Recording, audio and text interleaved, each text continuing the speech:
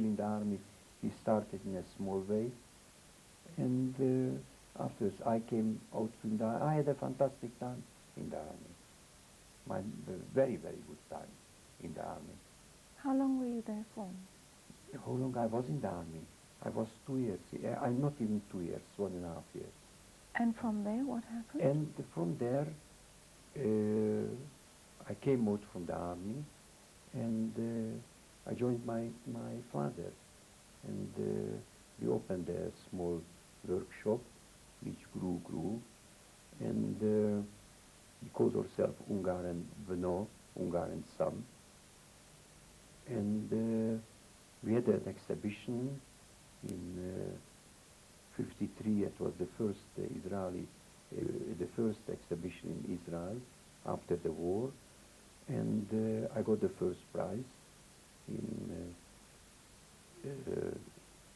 in Jerusalem. It was, and I had pictures taken with Ben Gurion, with all the big ministers and so on. They congratulate me, which was very nice for Israel. It was an international exhibition that Israel won, and afterwards How old were you at this stage? I was 53.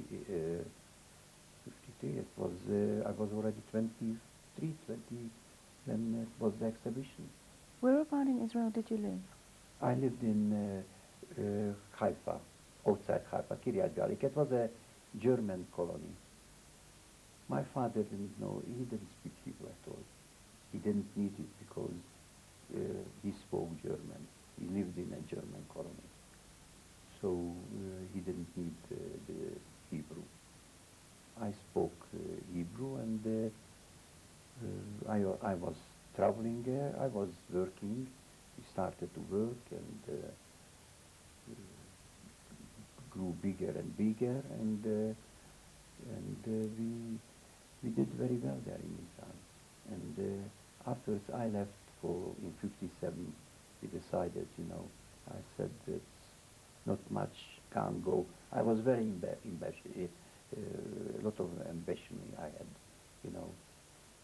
I was working very hard, and I came out to Zimbabwe in '57. I left Israel, and my father used to come to help me, to visit me every year, and I told him to leave Israel, to come also out, but whenever he decided, or because I kept him, and he kept still the factory, he was working there, he had workers, but we saw a future there, and but he in the meantime died in '68. Willie, why did you choose Zimbabwe? Because I had friends there, Czechoslovakian friends, and I tried to get in. I used to supply already some goods. I used to do the Markazi jewelry, and I tried to get into South Africa. They wouldn't let me. What was the reason for that? It was no reason, but because they were against the communism, and they knew that I was in the army there, and those days I went with the Czech brigade, had a bad name, because actually originally they went to fight the Britishers, so I had problems to get in, and that's why I went to Rhodesia. In the meantime, did you get married at all then? If I got married in 1960.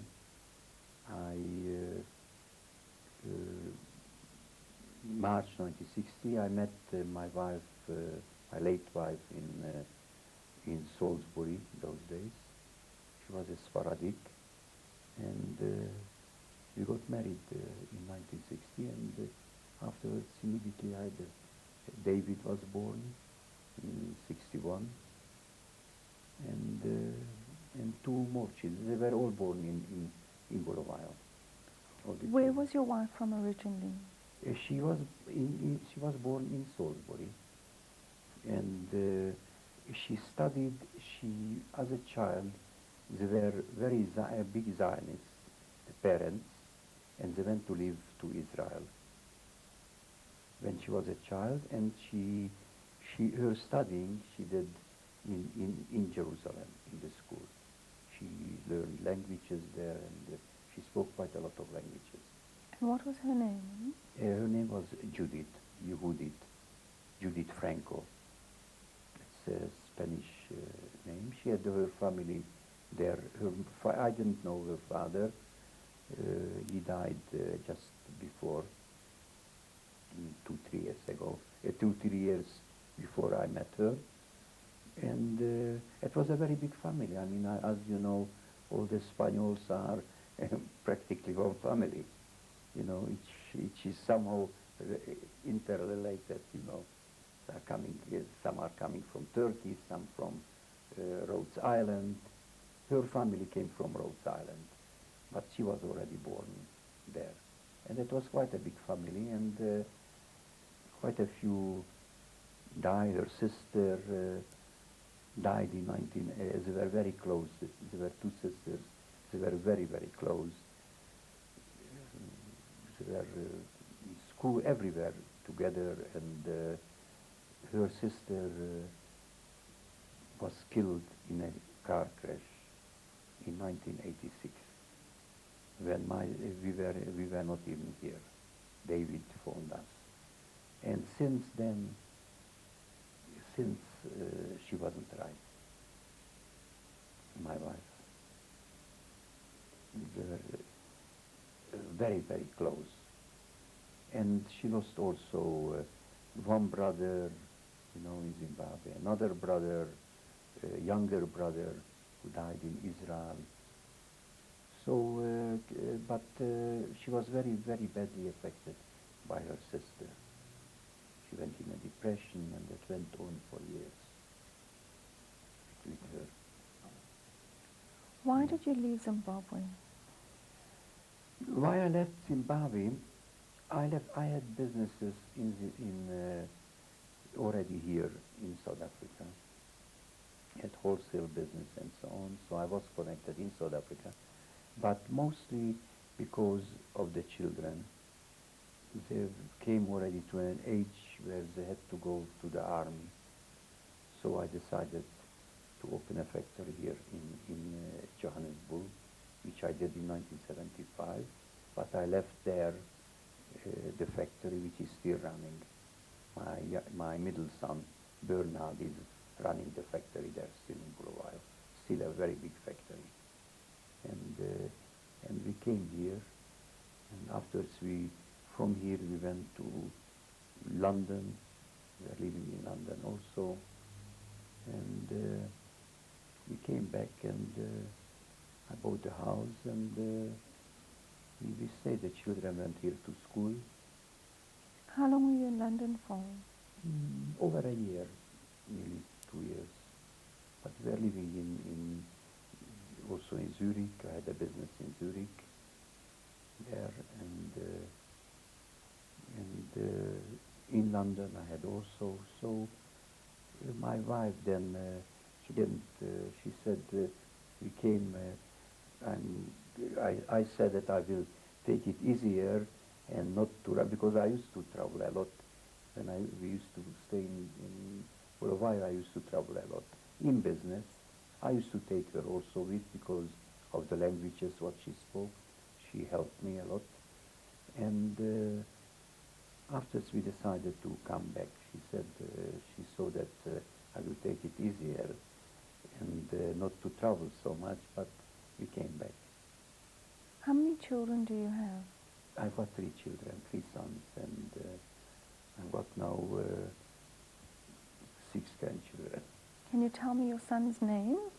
No, the oldest is David, and Bernard is the middle one, and Ronald is the baby. Actually, it will be his next weekend is his birthday. He was born on the 4th of July. And will you tell me about your wife? My wife, she spoke a lot of languages. She picked it up just like this. And I think my older son, David is taking more after her with the languages because he's also speaking quite a few. And I speak also, used to speak in Hebrew at home, and automatically they picked up the children Hebrew. And she used to speak in Greek and Spanish and French she spoke about 10 languages. And she used to do correspondence for me. And as I mentioned, she was, when her sister died, she got depressed. It was in 86. And we saw already then that she wouldn't go to the doctors and so on, that something is wrong. And in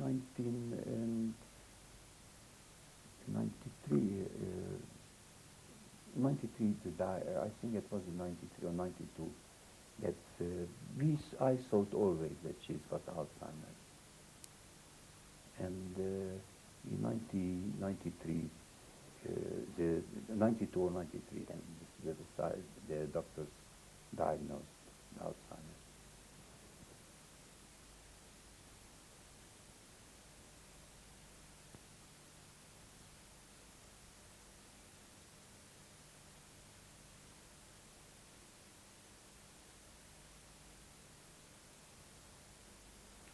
This is Kim Feinberg in Johannesburg, South Africa on the 28th of June, 1998.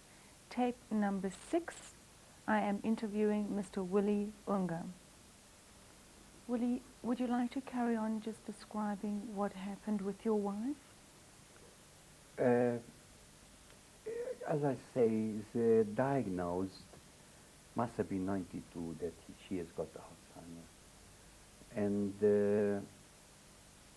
in 93, she was taken to, and the doctor gave her some medication, and she was on the Prozac tablet, and she became better. The Prozac helped, and I went also, I was told actually by my friend that he read it in the Hebrew newspaper, at least something new for Alzheimer's in Israel. At one of the universities, a professor, can't remember who, and they find something. So David got in contact with him, and he said, yes, they're fine. And my doctor didn't believe it, Dr. Kaplan. He said, look, I must have some proof and so on. So they wrote a letter, what is in, and he said, look, it's worthwhile for you to go and see the professor. And that's what I did. I went with my wife. He said he wants to see my wife also. And we went there, and he said he's practically not allowed to give it to me because it's not yet, it's just no, will be approved by the American government, the medical association, and it's not yet in a tablet form and so on. So he said, look, if I'm here, that doesn't make a difference now. And he said that's a can't. I said, I don't mind to pay whatever it costs. So he said he can't sell it and so on. I said, look, then how can I pay? He said, if I will give a donation to the university on his behalf, that means to mention his name. So that's what I did. I sent over some money, and he gave me, and they had to send every month this. It was in a liquid form, and by air they sent it. If this helped or not, maybe partly, but she was stable with it. Afterwards, suddenly in and we used to go, the doctor was surprised because I had a few cases when I traveled with her that we had problems. We had to come back. I actually I was in 91. We had a ticket. We went to Israel to a wedding, and from there we wanted to go to Czechoslovakia, to my birthplace and Hungary, with my wife. And she became sick then already, so I had to cancel. And the doctor said, look, if you can, and I did. Every year we went, we were traveling together. And the last, it was in 93, we came back and she was very bad. We were in London, had to cut it short, and she was bad on the plane, and we had to call a doctor. In any case, in 93 she went to the hospital, and she went in a coma, and the doctor said that that's the end of it, and that we should call the children. Were not here. I think only David was here. Bernard was overseas with his family, so that we should call back everybody. And we were discussing it with David. It was between Rosh Hashanah and Yom Kippur. We asked with the rabbi how if can be buried. It was completely. The doctor said that he can't do nothing. He tried everything, and he can't do nothing. And we even spoke to the Rabbi Bernard, and he said it's a mitzvah if somebody dies between Rosh Hashanah and Yom Kippur. He tried to, what's name us, because it was no. I mean, the children came back, and the following, and I told him, look, try anything. And he said, look, we are trying here, there, and he phoned me back. The doctor, I was with David in the office, he said, look, she is up, but she won't be able to eat or drink or get up. She must be fed on a tube. So he said, what do you want to do? If to do it or not, he must have permission to put the tube in.